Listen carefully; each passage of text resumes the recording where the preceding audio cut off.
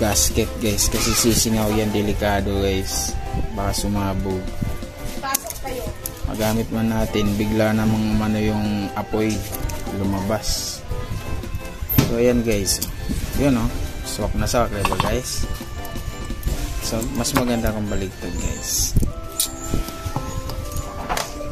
Yan guys, ano lang to, pang samantala habang wala pa tayo.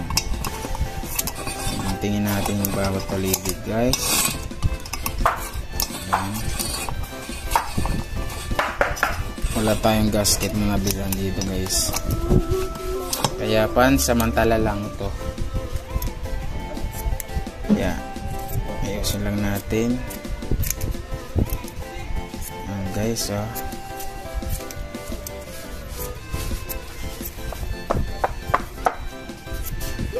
actually maganda yung mga tsinelas.